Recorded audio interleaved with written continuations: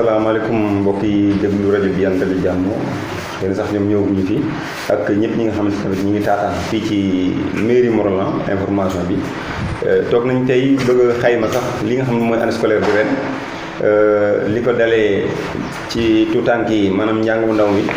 jëm ci centre de formation bi jaare ko ci lycée bi ak tamit ci collège bi ci cours privé bi ñooñu ñëpp ñu ko xool année bi nan la doxee ndaxte fas yéen nañu leeral nit ñi tamit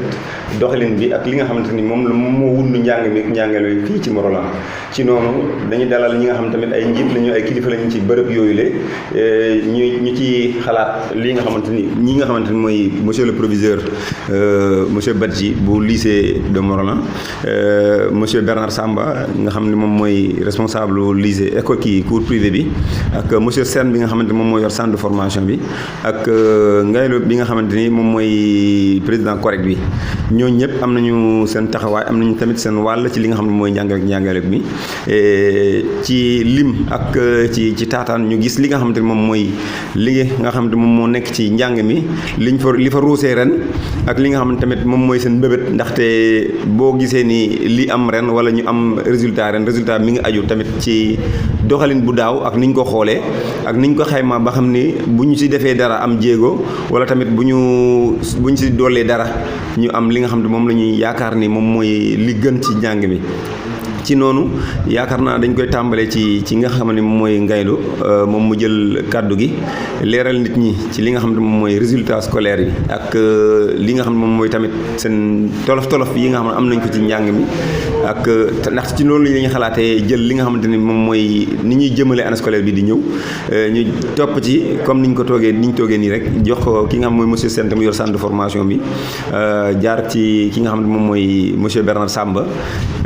moom mu yor cours privé bi ñu jóge foofu dugg ci lycée ba bu ñu paree ci loolu nag man ma tëj waxtaan bi ci ndigalu ki nga xam ne moom mooy monsieur le maire commune ba Morolan kon damay jox monsieur Ngaylu moom mu jël kàddu gi ci turu ki nga xam ne moom li nga xam mooy codec bi mu leeral li nga xam mooy résultat année scolaire bi ci école élémentaire yi nekk Morolan yëpp jërëjëf. asalaamaaleykum mbooloo mi fi nekk ñëpp. ñu commencé d'abord par nuyu Bernard mi ñu tuddati monsieur Diaye chargé de communication bi di nuyu aussi sama mbokk yi nekk fii ci plateau bi à commencer par le proviseur monsieur Badji ak Bernard mi aussi sama naataango bi fi nekk bi Saliou Sène comme ni ko monsieur Guèye waxee rek dañoo ñëw fii tey teew fii pour joxe maanaam résultats yi CFEE at yi bii passé d'abord bala may tàmbali damay bëgg a leeral benn mbir ba pare di wax ni la commune de Morolan fukki école ak ñaar la c'est 12 écoles y compris le privé muy 12 écoles ci biir 12 écoles yi nag mu ngi mel ni 9 écoles ñoo amoon CM2 am na ci ñetti écoles yoo xamante ni amuñoo CM2 muy école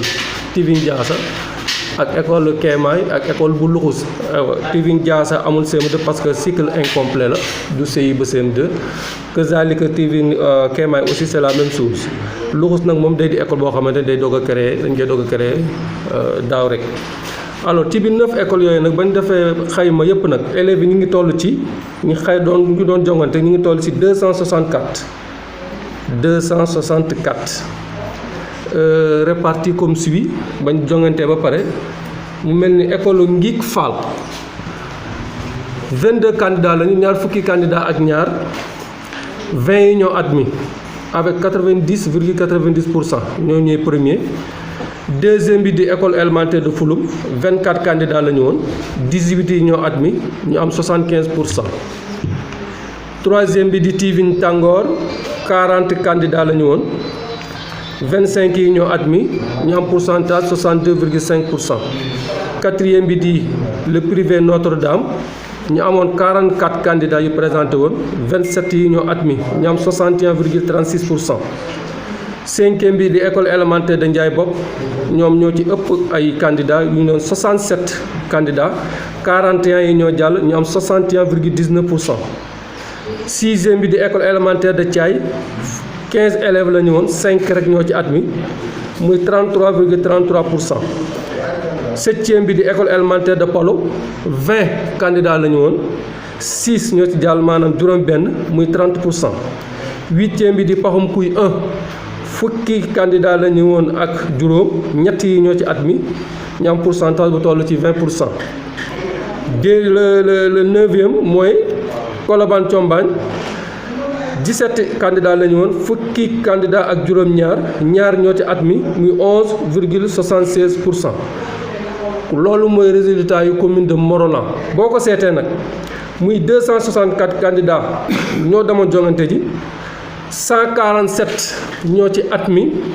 mu nekk benn pourcentage bu toll ci 55,68%. kon mun nañ ne Morolan mi ngi toll ci ren 2018-2019 ci pourcentage 55,68%. muy résultat yoo xamante ni nag c'est satisfaisant dans l'ensemble résultat yi baax na donte li ñu amoon daaw moo ëpp lu ñu am ren xaw na noo wàcc mais du tee résultat yi baax na lu tax ma ne baax na parce que au niveau départemental ñu ngi ci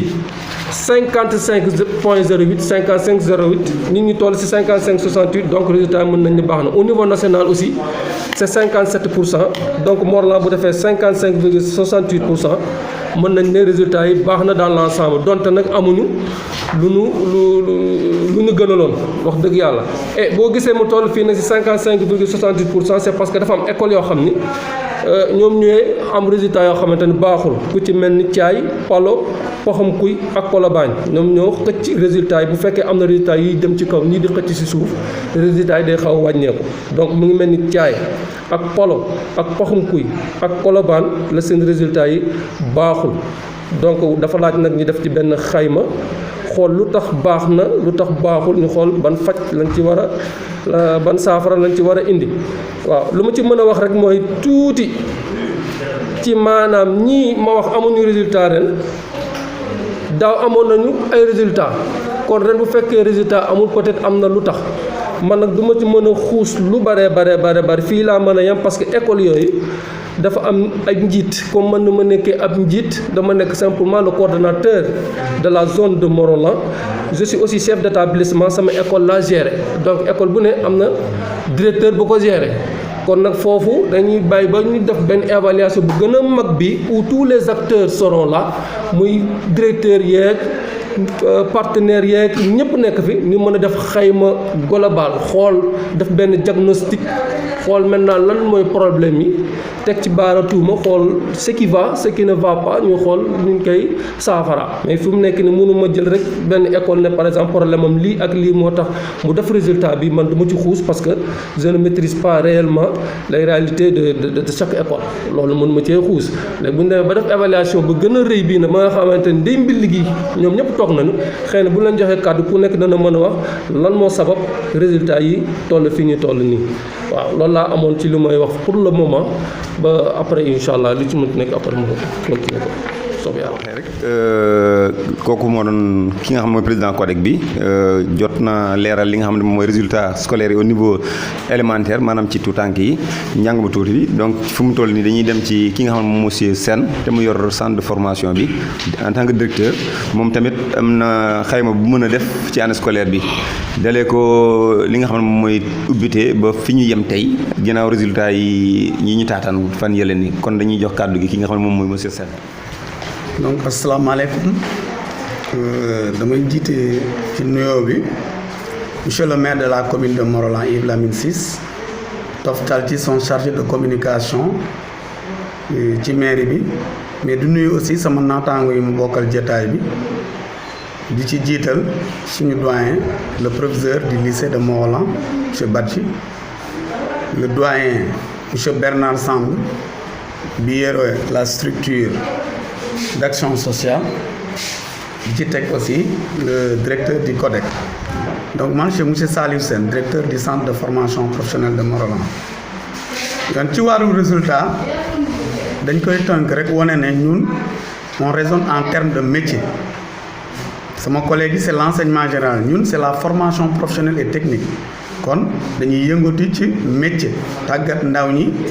pour ñu am xarañte ba mu gën a yombalal ñu mën a am métier inséré wu dans le circuit socio-professionnel ren nag ñaari métier lañ yóbboon à l'examen bi ñuy wax CAP mooy certificat d'aptitude professionnelle bi ci jiitu mooy habillement mooy ñaw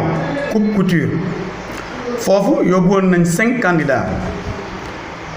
biñ defee examen 5 yooyu yàlla def na ñoom ñëpp ñu jàll ñu am foofu 100% am 3 mentions bien benn mention A bien ak benn mention passable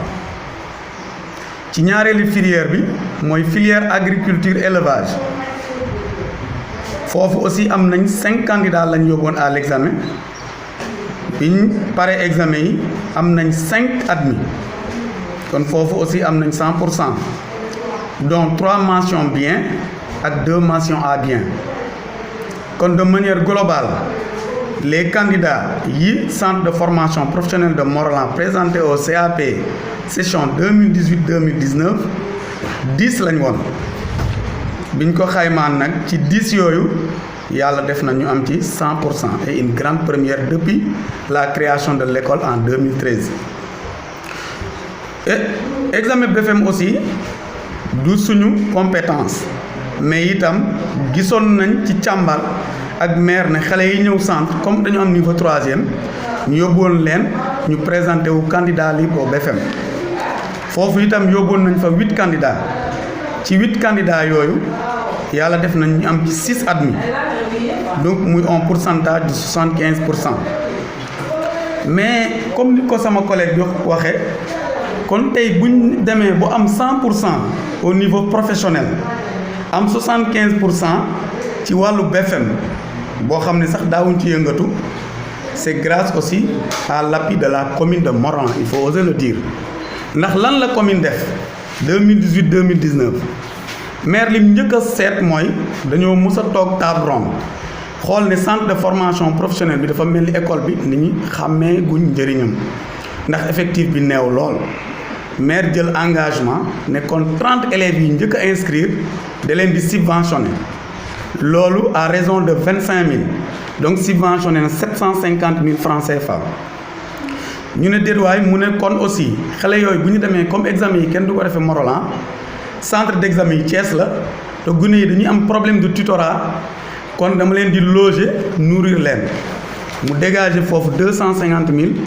kon loolu ci tënk mooy 1 million def na ko subvention 30 élèves ak 250 000 pour seen logement hébergement pendant période examen bi muy 1 million. ci fonds de dotation aussi maire buy allouer les autres structures danaan dans le secteur de la formation professionnelle est une compétence décentralisée chaque année day génne enveloppe 1 million mais en nature damay def sama expression de besoin ci li ma soxla ci agriculture restauration hôtellerie ak couture gestionnaire am bi mooy ASCOM bi jënd ko matière d'œuvre indil ma ko loolu c'est 1 million. seetlu nañ ni aussi ci BFM bi foofu itam pour encadrement xale yi maire génne woon na 500 000 jagleel ko centre ba moo tax ñu am résultat yi ma wax ci BFM 500 000 itam am na benn projet bu ñu doxal suñu école bi tudde ko projet d'appui à la filière agri-élevage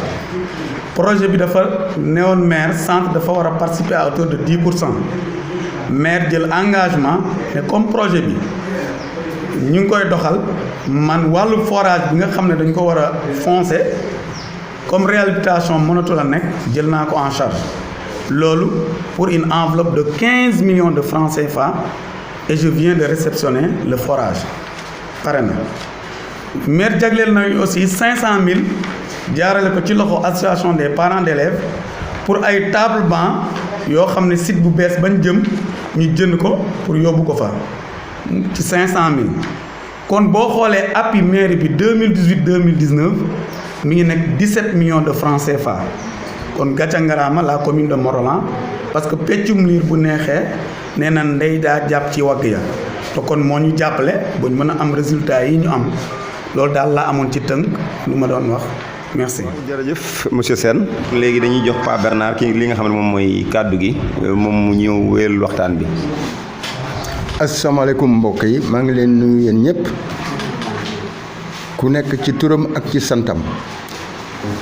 di nuyu monsieur le maire Yves Lamine Ciss di nuyu Jean-Philippe Déthié Ciss nga xam ne mooy conseiller à la mairie en matière de communication di nuyu suñu proviseur Saliou Badji di nuyu monsieur Sène directeur du centre de formation di nuyu monsieur Ngaydo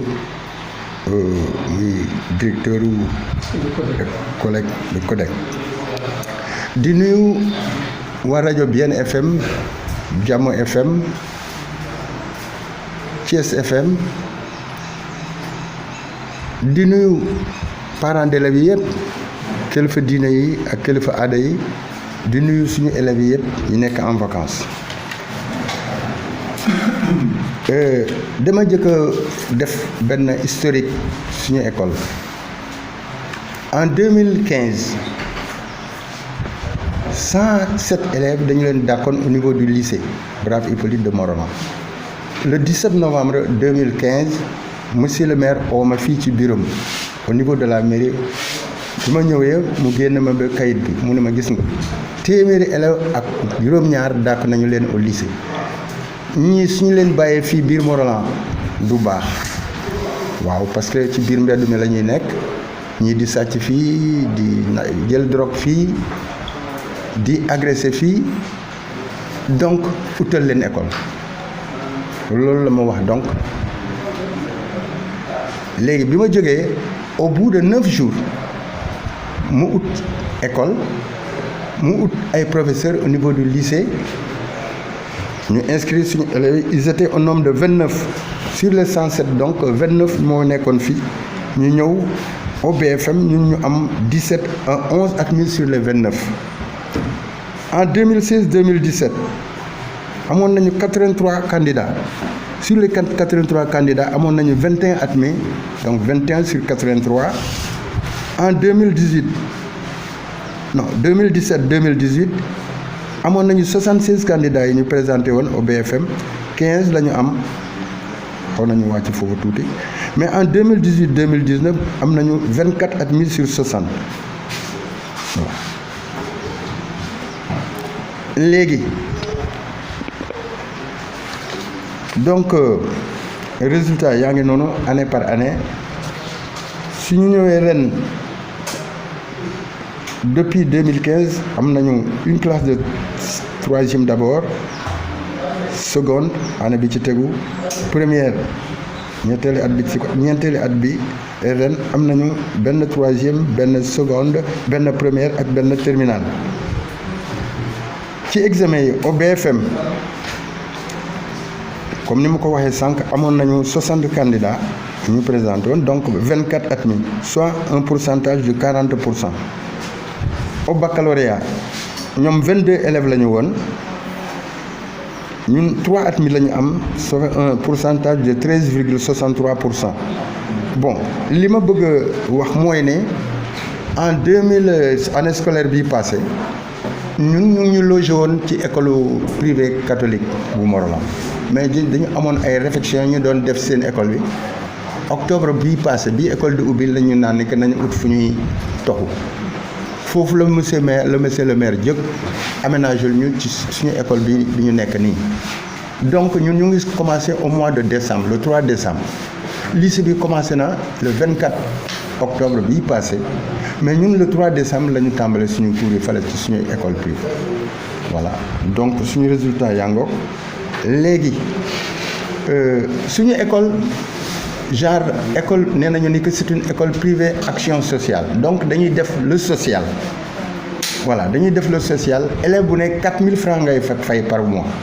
de la troisième à la terminale 4000 francs ngay fay par mois voilà maintenant xale yi nga xam ne liggéey nañu bu baax ci suñu école dañu leen di jël après à partir de la seconde ñu passé loo leen test ay test d'entrée pour ñu mën a dellu au lycée de Morolan daaw on avait 14 élèves en première et puis 10 élèves en terminale et ren encore dañu bëgg a def loolu nos meilleurs élèves ku bëgg rek dañu lay passal ay test soo admee nga dem lycée comme ça doo fayati doo defati dara donc c'est une école de récupération et dañ ciy profiter aussi pour gërëm monsieur le maire parce que moom wax dëgg si yàlla jàmbaar la parce que daf ñuy jàppale bu baax a baax ci école bi voilà maintenant li ma bëgg a wax parents yi mooy ni su ngeen demee Thiès wala Dakar wala yeneen dëkk yi en classe de sixième yi cinquième yi ba terminal dañ leen di laaj ay 12 000 13 000 15 000 francs mais fii 4 000 francs la ñu leen di laaj donc dañu leen ñaan itam ngeen di góorgóorlu pour fayal seen doom yi voilà su ngeen fayalee seen doom yi mën nañu góorgóorlu ñu am seen examen yi mais en tout cas ñu ngi sant yàlla sant ñëpp di leen ñaan de bonnes vacances d'abord et puis di ñaanal suñu élèves yi une bonne reprise ndaxte école lee ma ubbi voilà maa ngi gërëm ñëpp di gërëm parents yi. monsieur Samb kàddu yi rafet na ci ni mu ko waxee ci liggéey bi dafa aajo rek ci ñi nga xamante ni tamit dañ leen di récupérer comme ni mu ko waxee dañ nekkoon ci privé bi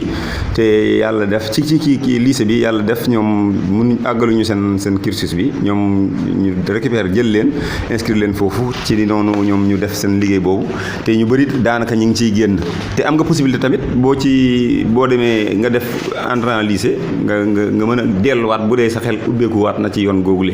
ñu di leen gërëm ci liggéey boobu ñuy def daanaka fu mu ne nii kii des ci kàddu gi mooy proviseur lycée yi monsieur Badji moom tamit moo yor kuréel googu maanaam institut boobu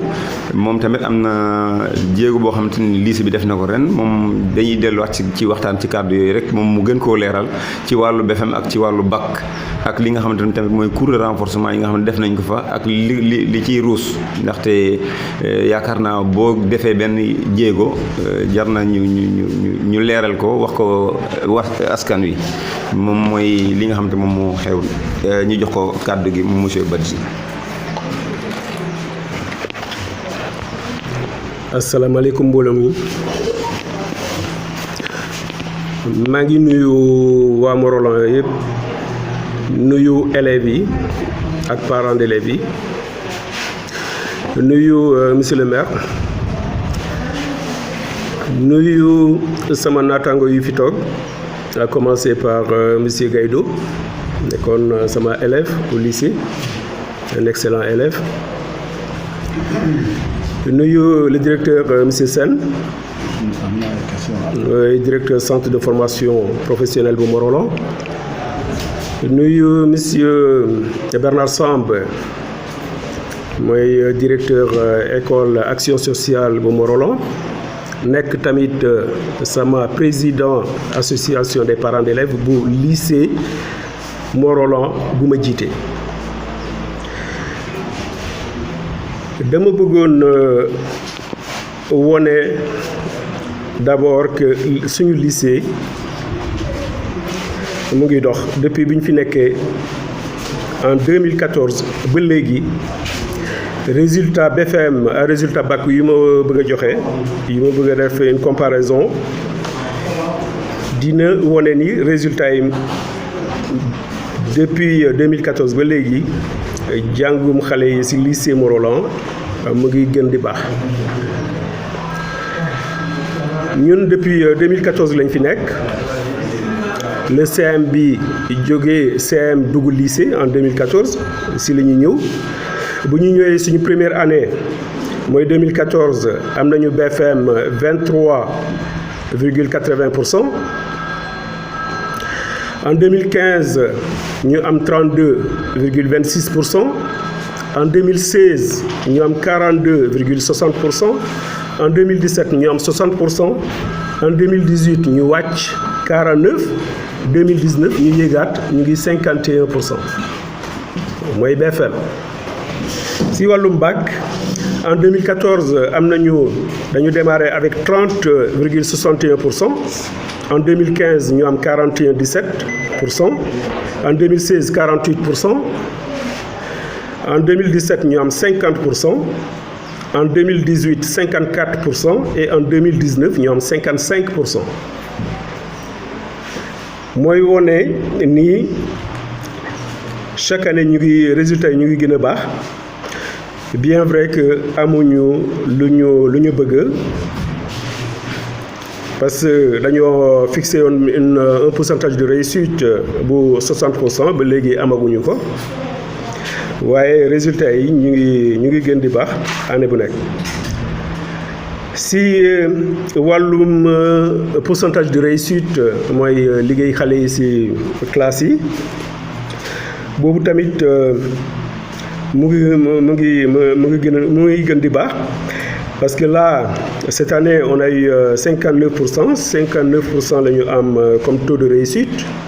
avec 66 élèves yu ñu dàq alors que d'habitude depuis suñu première année yi demoon nañu ba di dàq ay